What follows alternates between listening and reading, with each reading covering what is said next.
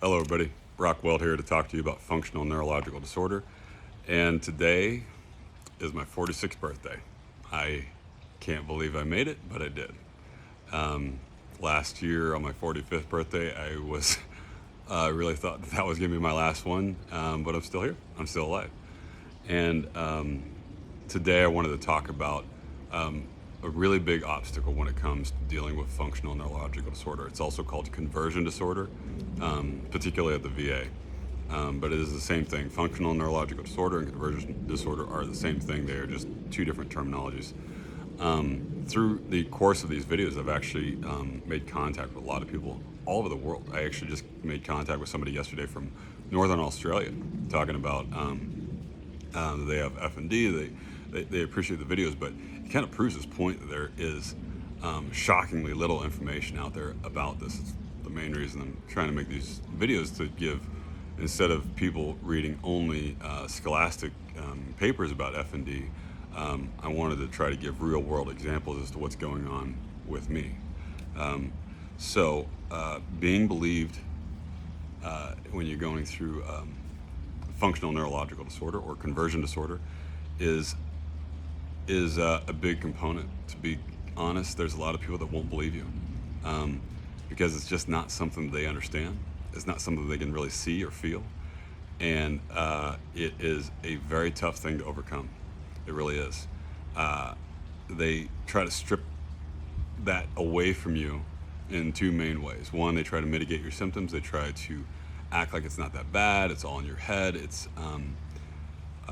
And somehow they try to tell you how you feel about your own body on the inside, and it's really bizarre. It's very bizarre when you are in abject pain, suffering, and you're going through all these health issues, and somebody comes along that you care about, and they say it's not that bad, or it's because of this, or it's because of that, and you just need to stop doing this, or you need to stop doing that.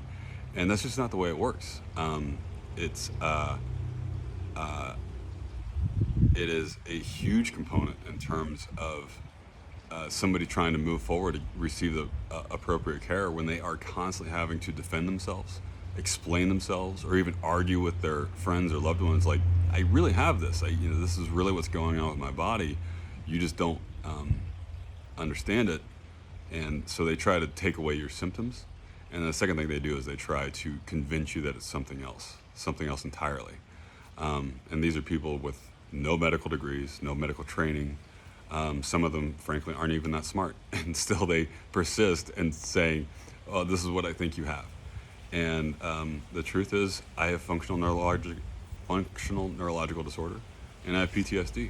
These things have been diagnosed by Mayo Clinic, by the VA, by Four Peaks Neurology, by UCI.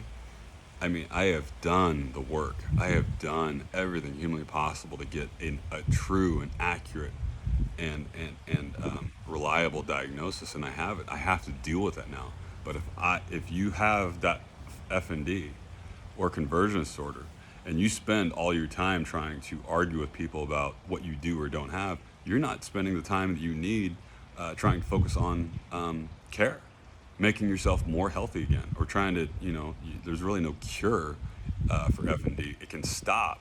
You can go into like a form of remission, but there is not anything that you can do that just turns it off.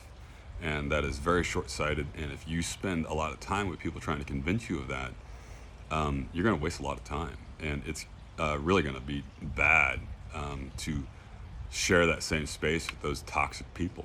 So what I did is I just cut them all out. If they show disloyalty, if they show any indication that they don't believe my diagnosis, they can take a ride on a rolling donut for all I care.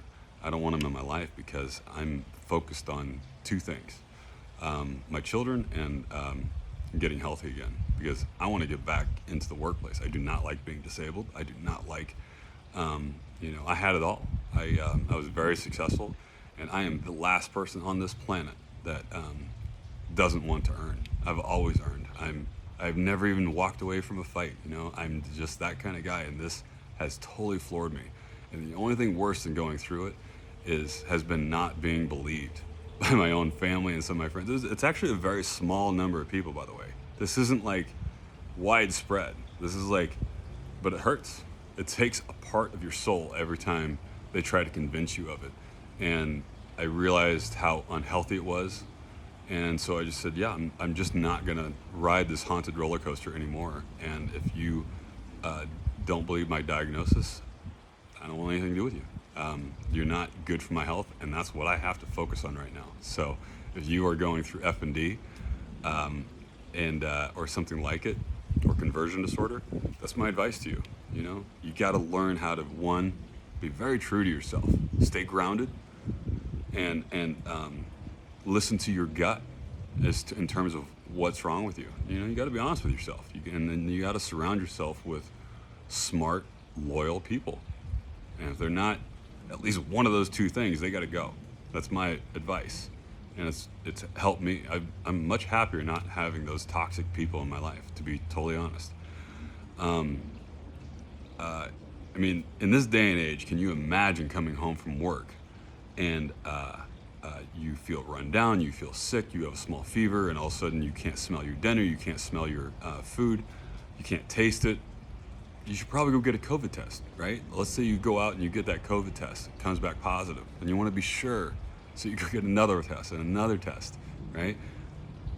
And then you come home and you tell your friends or family, I have COVID, I got a quarantine. They're like, yeah, maybe you have scoliosis. I mean, it's just bizarre that anybody would just dismiss a reputable doctor's opinion or a reputable institution like the Mayo Clinic and just say, nah, they're wrong.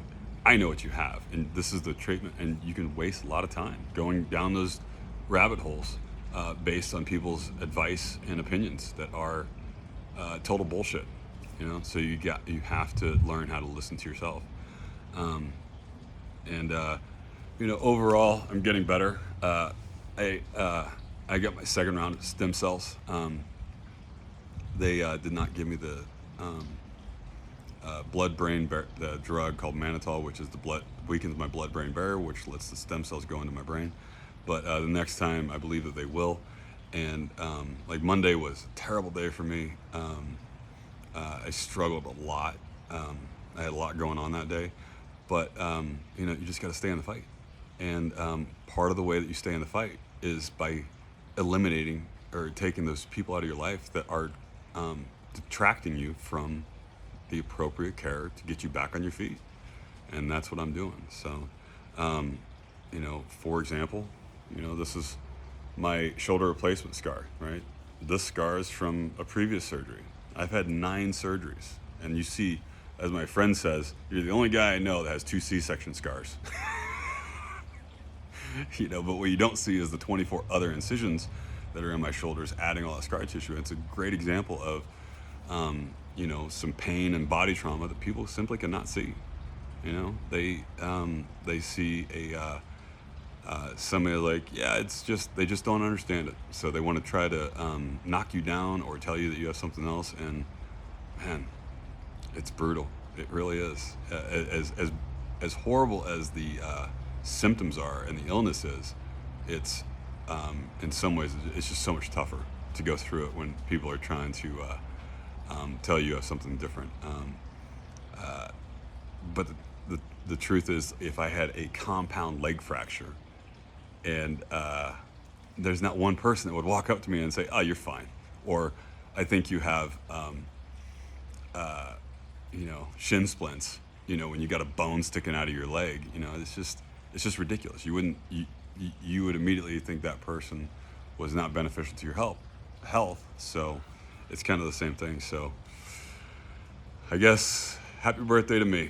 You know, I'm still here, I'm still fighting. And for everybody else out there, don't give up, don't give in, and don't ever quit.